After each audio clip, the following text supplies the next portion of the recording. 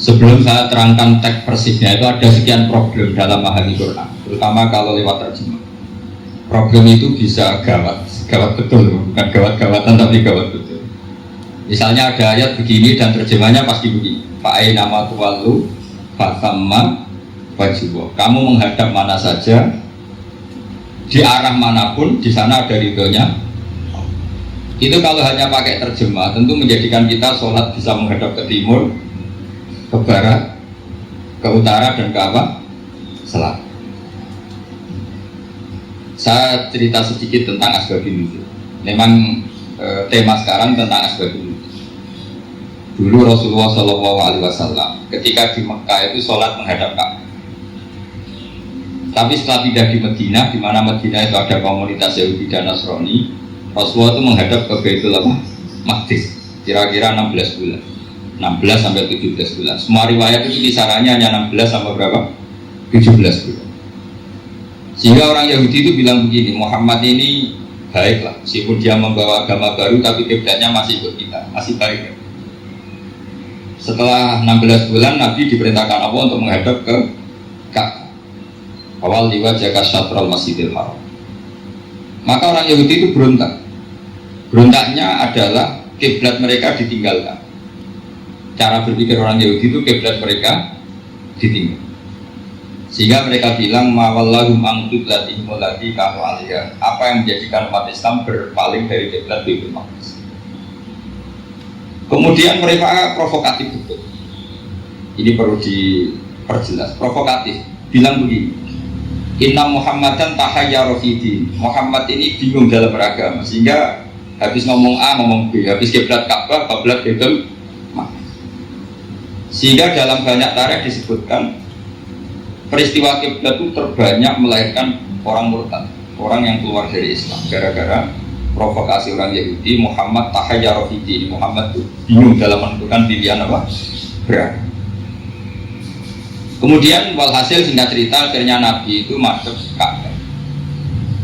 Apa yang terjadi mukjizat itu adalah bahwa agama ini agama yang mewakili semua agama sebelumnya yang masih orisinal. Yaitu Nabi akhirnya berargumentasi Ka'bah adalah kiblat yang asli, yang lebih tua. Terus mereka tanya buktinya apa? Dijawab oleh Quran fihi ayatum bayyinatum maqamu apa? Ibrahim. Ka'bah bukti tertua adalah di situ ada makam Ibrahim. Makam itu jejak kaki. Kalau bahasa Indonesia makam itu kuburan. Kalau dalam bahasa Arab makom itu jejak apa? Jejak kaki. Sehingga diketahui oleh sejarah, dibuktikan di situ ada jejak kaki siapa? Nabi Ibrahim. Sementara nisbatnya Baitul Maqdis itu adalah kepada Nabi Musa dan Nabi Harun. Yang ini adalah turunan dari Nabi siapa? Ibrahim. Hikmahnya apa? Begini, sebagai bukti bahwa Baitul Maqdis pernah menjadi poros Islam atau poros Tauhid, maka Nabi Muhammad pernah disuruh menghadap ke Baitul Maqdis buat inget-ingetan kalau ini pernah menjadi poros apa tahu. Tapi tetap tua-tuaan masih tua apa? Ka'bah. Kenapa tua Ka'bah tadi? Karena Ibrahim adalah Abul Anbiya, bapak dari para. Dan di situ ada jejak kakinya. Fihi ayatum bayyinatum maqam. Bukti itu belum cukup. Dibuktikan lagi bahwa Ismail kecil itu hidupnya di Ka'bah. Kita tahu sa'i baina Safa wal Marwah adalah karena Siti Hajar sedang mencari apa? Air. Jadi ada bukti sekian, bukti empirik bahwa Ibrahim itu kiblatnya itu Ka'bah, bukan Baitul. Sehingga ada kata-kata fi ayatum bayyinatum maqamu.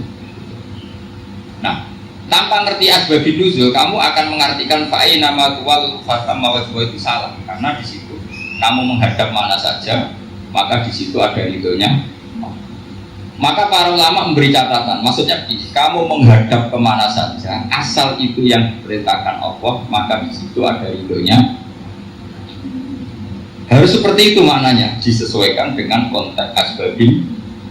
Tanpa seperti itu tidak bisa. Dan masih banyak lagi kepentingan tentang agama. Jadi problem sekarang adalah banyak mufassir yang hanya mengartikan dari terjemah. Itu bahaya sekali.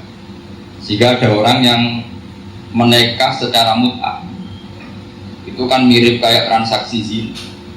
Mereka berdalil pamas tamtakum bihi minhunna fa'atuhunna ujurahun. Perempuan yang sudah kamu nikmati, yang penting kamu bayar. Terjemahnya seperti itu. Karena ujur itu jamaknya ujur. Itu fatal sekali. Padahal ayat itu begini, settingannya, setting siakul kalamnya atau sebetulnya. Ini sekaligus, memang saya sengaja ngaji dengan tema yang berat untuk penghormatan pada yang ngaji. Kalau temanya ringan kan kayak TPG. Jadi ini supaya aku keren-kerenan, ini ada dokter Pak Oni pernah dekan fakultas hukum. Jadi kalau saya nanti salah tinggal ditangkap saja, gampang kan? Tapi nangkap saya berurusan dengan Tuhan. Jadi kalau orang dekat Allah itu yang tanggung jawab itu Allah. Jadi dia bisa menang di kepolisian tapi kalah di hukum Tuhan. Berhadapan dengan saya. Begini asbab misalnya begini. Wal muhsanatu minan nisa yang awal juz 5 itu ya, kita santai aja, yang awal juz 5 itu sebetulnya maktuf diatafkan pada ayat hurrimat alaikum ummahatukum wa banatukum wa akhwatukum wa ammatukum wa kholatukum wa banatul akhi wa banatul ukhti. Jadi perempuan yang haram dinikah itu ada 7 yang faktor nasab, yaitu siapa? Ibu, putri, saudara putri, bulik dari bapak, amah itu bulik dari bapak, kholah itu bulik dari ibu, keponakan dari saudara lelaki, keponakan dari saudara perempuan. Ini disebut haram karena nasab gen. Kalau orang Jawa bilang hanya 4 karena ngitungnya bulik baik dari bapak maupun ibu. Kalau orang Jawa bilang kan bulik terus keponakan dihitung 1. Padahal ada keponakan dari saudara lelaki, ada keponakan dari saudara perempuan. Wabanatul akhi wabanatul. Terus kedua, haram karena rodok. Kita tahu dalam hukum Islam rodok adalah sama dengan nasab. Jadi ibu yang pernah menyusui kamu berarti jadi ibu kamu, dan saudara sepenyusuan berarti menjadi saudara kamu. Ini disebut wa ummahatukum allati arda'nakum wa akhwatukum minar. Terus ketiga, haram karena musyahara, karena besanan. Jadi pagi ini misalnya saya nikah dengan Sri, bilang qabil tu nikah wa taswijaha bil madmakur. Setelah nikah dengan Sri ini otomatis ibunya dia menjadi mertua. Otomatis haram saya nikah. Ini namanya haram karena musuh. Atau kamu punya anak Zaid. Zaid pagi ini akad dengan Sri.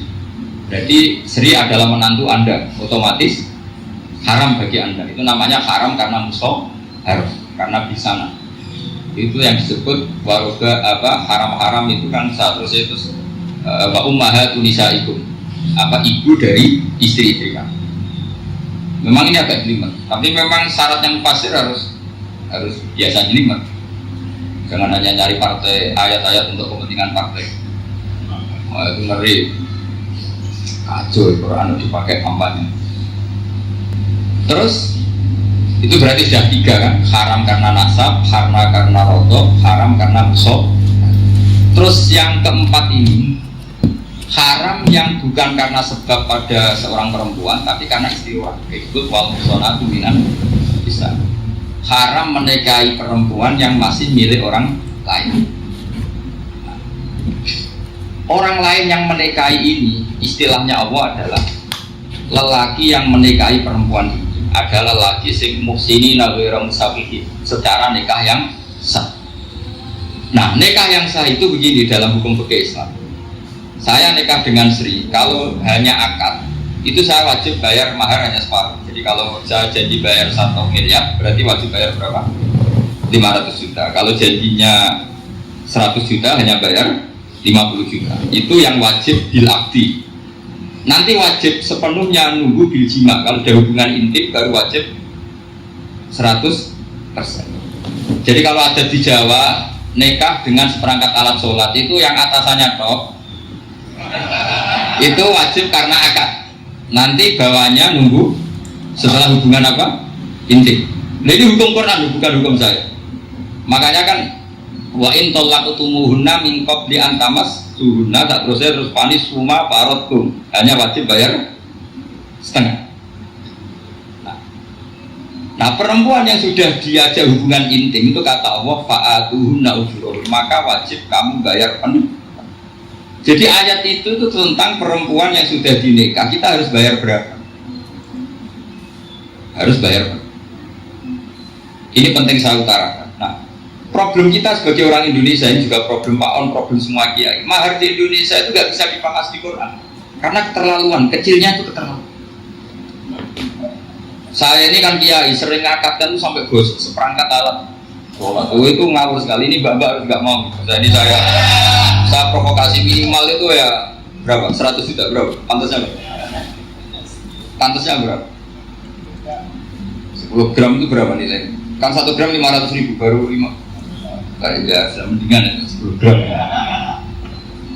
Quran itu bayangannya gini sambil latihan, yang hafal-hafal biar latihan. Jangan dapat beasiswa karena hafal tapi nggak jelas hubungannya.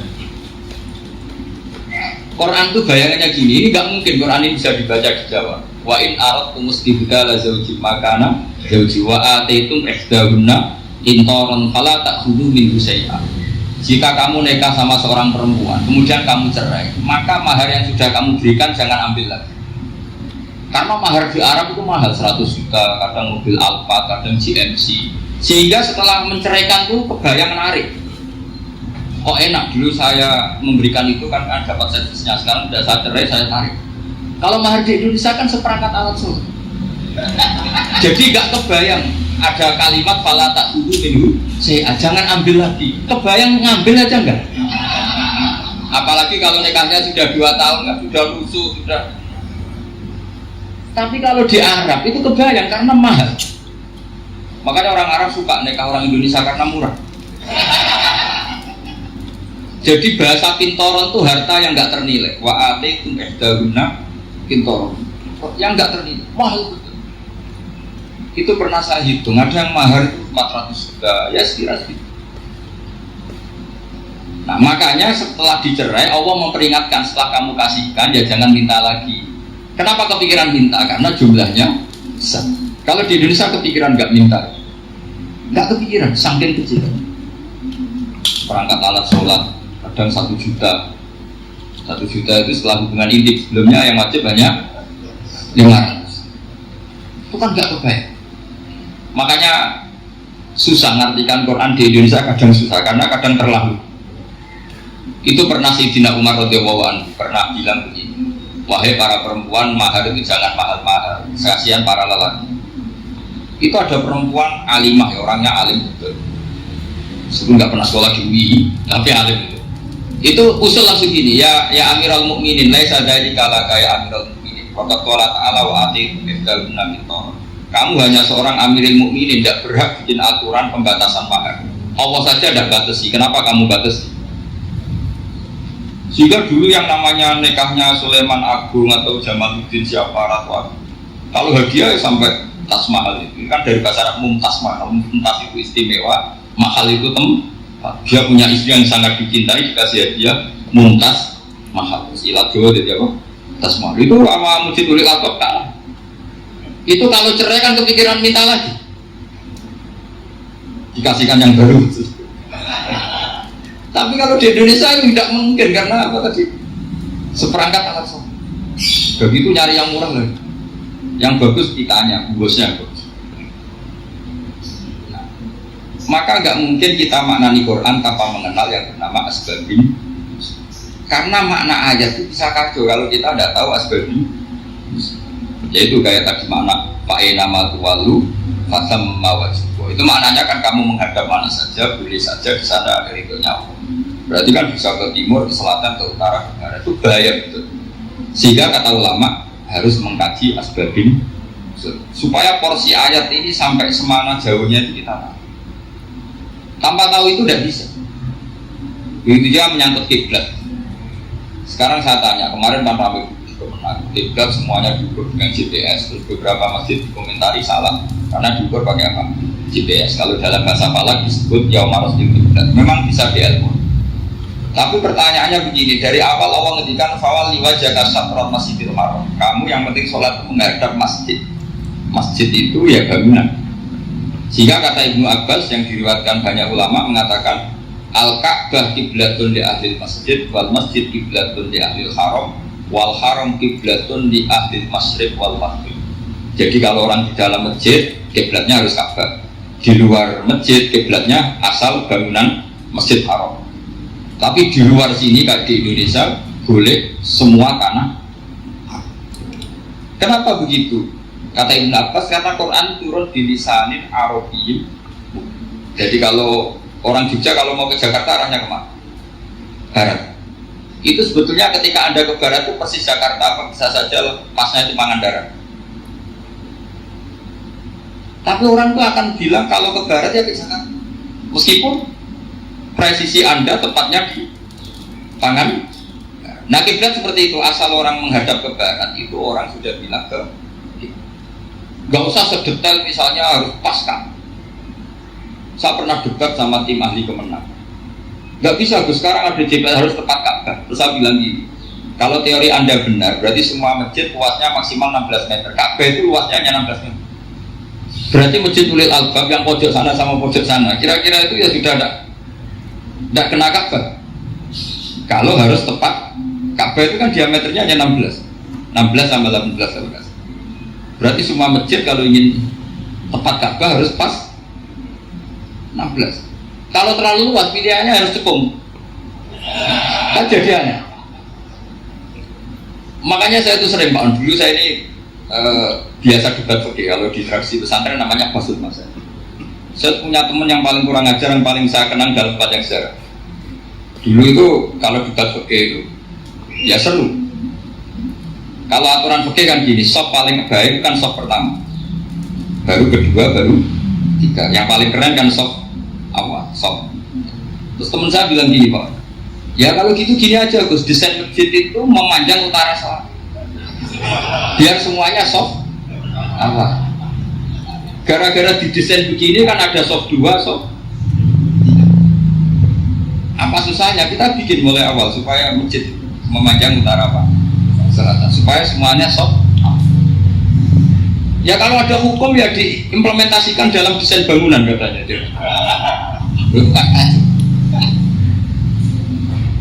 Terus akhirnya saya jawab, lalu setelah begitu yang paling afdal siapa? Yang dekat imam. Ya sudah, bikin cekong saja kalau gitu. Artinya gini ya, beragama itu yang sehat. Jadi beragama itu berdasar riwayat. Pernah ada ulama yang itu Madinah menghadap Ka'bah itu ya tidak pas. Pernah dihitung pakai GPS. Kiblat Madinah ke Ka'bah itu ya tidak seperti yang pernah dianjurkan Kemenang. Karena apa? Agama ini mengikuti bilisanin Arabiyyin. Seperti jenengan ini. Semua ini istilahnya apa? Menghadap Gus Pak. Padahal ada yang enggak sama kan? Semuanya ngaji sama siapa Gus? Yes, istilahnya bertatap muka, makanya kita bentur. Ini bahasa, jadi seperti ini semua namanya apa? Beradab. Padahal ada yang agak samping. Ka'bah juga gitu, sebenarnya tidak se-ekstrim yang dibayangkan orang-orang. Cuma kalau bisa tepat, ya kita harus kenal. Tapi tetap saja tidak perlu 16 apa. Fa'aina ma tuwallu fatamma wajhuhu, itu artinya menghadap. Menghadap itu menghadap arah, makanya Allah tidak dawuh fawal liwajhaka nahwal Ka'bah, tapi fawal liwajhaka syatrul masjid.